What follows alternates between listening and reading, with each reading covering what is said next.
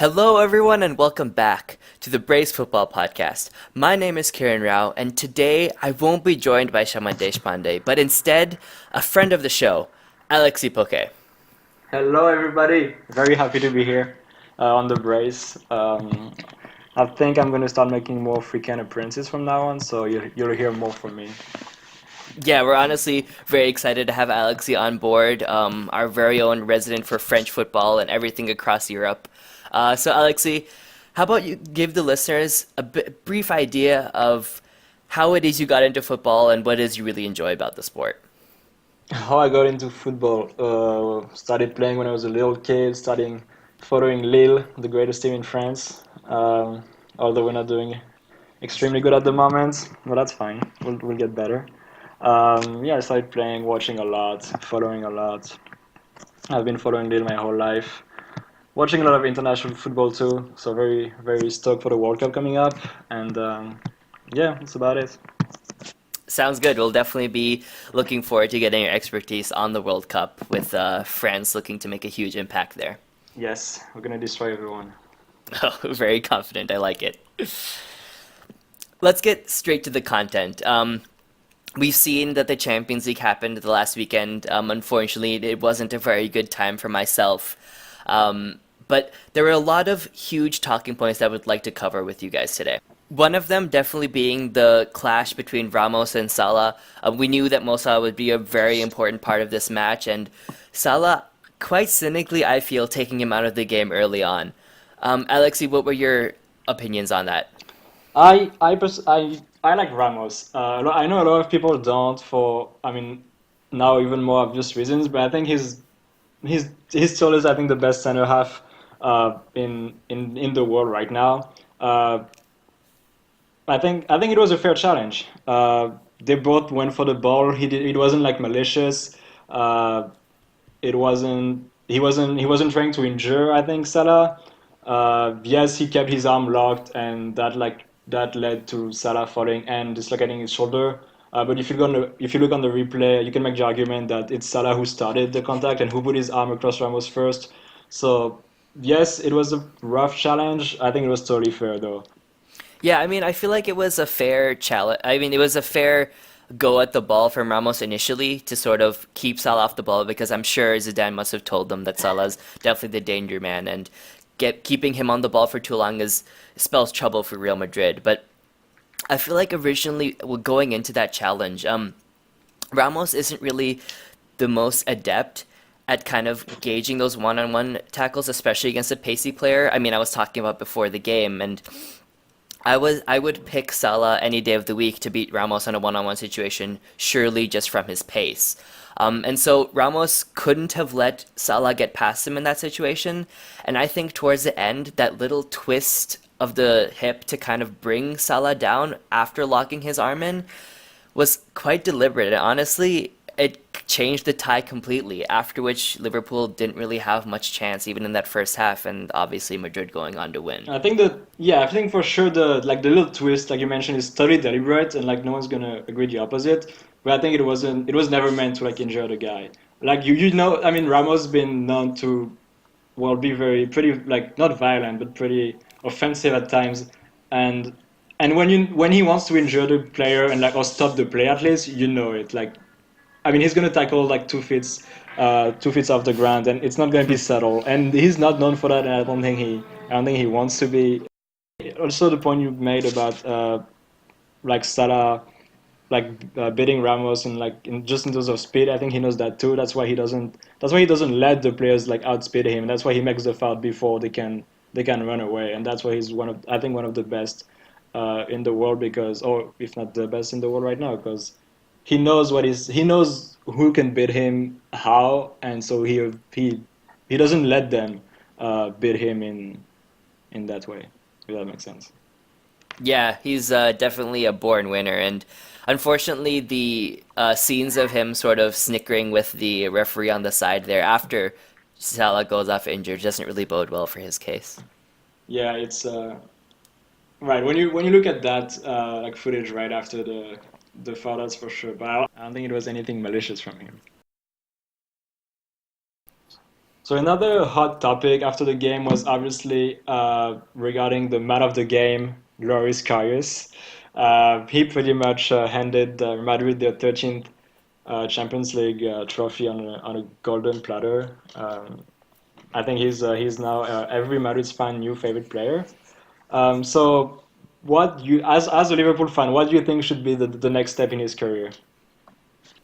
Um, I think it's going to be very difficult for him to continue at Liverpool, especially because every time he goes to a home game, there's going to be a good portion of the crowd sort of getting on his back, and it's very difficult for a goalkeeper, as tends to be one of the loneliest positions on the football field. He'll be getting all of that pressure, and for a young player, I'm not sure if that crucible is really the best place for him to develop. Um, I would suggest going somewhere away from the limelight, maybe the lower leagues and probably Germany, going back home. Especially as a Liverpool fan, I wouldn't want him in the club anymore. I feel like for too long, Liverpool fans have been sort of accustomed to having a poor goalkeeper. Ever maybe the last good goalkeeper probably being those 3 years we had Mignolet. Pepe Reina, but I think I think it's time. I think Mignolet is a great keeper. I think I I do think I I think really think he is good. Honestly, he makes mistakes, but I think he's a good keeper. I feel like this is the best time for you to come up with that kind of discussion, especially because of these mistakes. No, but like I've been saying, But I mean, you know me, and I've been saying this like all season long, and like we've been joking about this, but I really believe Mignolet is a good keeper. I know he makes mistakes. of Uh, course. I mean, you could compare it to like Cavani as a striker, the kind of keeper who's going to make those amazing saves and like miss a sitter, or like miss a sitter for Cavani and like and screw up on the easiest ball. I think Mignolet could have done what Karius did in that game, but I hmm also think that he's an overall better keeper. So, but Yeah, I think I agree. Like the Mignolet's shot stopping abilities are exceptional. I think it's been seen ever since he was there from like his debut of saving that penalty on the first time he played at Anfield. But I feel like in Jurgen Klopp's style, we would need a goalkeeper that has a better ability of distribution that unfortunately Loris Karius actually has. He didn't really show it with that first goal for Benzema. Um, but his ability to play that higher line kind of enables the team to press higher up the pitch, and that's kind of the fulcrum of everything that this Liverpool side does. right, and that's why I think that he should start Liverpool next season. If Klopp accepts, he stays as the second or third keeper, and if he can like just get better, like practice hard, get to play some League Cup game or whatever, and maybe I don't know, maybe lead Liverpool to a title, which is definitely possible. He could show he like overcame his I mean, it's the worst game of his life, probably the worst moment of his life. And that's the hardest thing for keepers. It's not making a save. I mean, making a save is hard. Making a hard save is hard. But I think the worst thing for any keeper is just once you make that terrible mistake, like getting back in the game. And especially when you make two huge mistakes in the Champions League final, if you're able to like get back in the game, play again for the same club in front of the same fans, and live well in a kind of glorified way, then I think he's gonna show the world how good of a keeper he is, and then he's gonna be able to like move on with his career. He's still super young. How old is he? 23, 24? Yeah, that's right. Yeah. So I think the best thing that could happen to him is he stays in Liverpool, gets to play in the at least one of the two domestic cups. I mean, probably not the cup, but the League Cup. Um, and hopefully have a good run there and then go on to live and yeah, why not go back to Germany? Yeah, one thing for sure is that I don't think Liverpool will go through this summer without getting another goalkeeper. Yeah, for There were sure. talks even before the Champions League final of maybe Allison, maybe Oblak. Um, I mean, that Alisson, that just I think today Roma announced the price for Alisson if anyone wanted him was about 80 million euros, which is something that Liverpool can pay. And if they really need a keeper, which they obviously do and want, that's a price that totally would be willing to pay. Now the question is, will Liverpool be able to get him? Will anyone get him before Liverpool does? And or will Alisson just stay in Roma because because he might want to stay. Yeah, that's true. It's yet to be seen. Hopefully, from a Liverpool fan's perspective, we can get the man and hopefully push on from the disappointing Champions League final. So club football has ended with the with that Champions League final. Uh, it's time to cry like we do every year when club football ends. Except this year, great news. What I think everyone knows, the World Cup is coming up.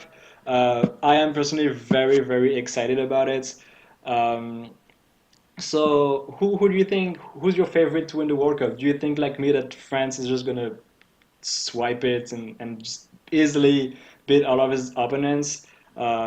Considering that like our group is super easy. If we don't finish first, I will finish first. That's the way we can finish first of that group. So what about you, Kieran? Who's your favorite? Yeah, actually, I really appreciate your confidence, but I might have to disagree.